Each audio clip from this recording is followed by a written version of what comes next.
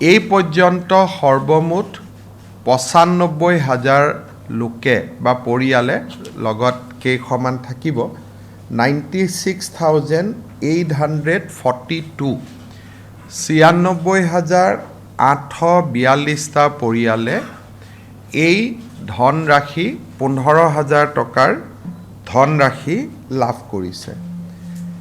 ৰাজ্য চৰকাৰে এই এককালীন সাহায্যৰ বাবদ এই পৰ্যন্ত ১৪৬.২৬ কোটি টকা ব্যয় কৰিছে।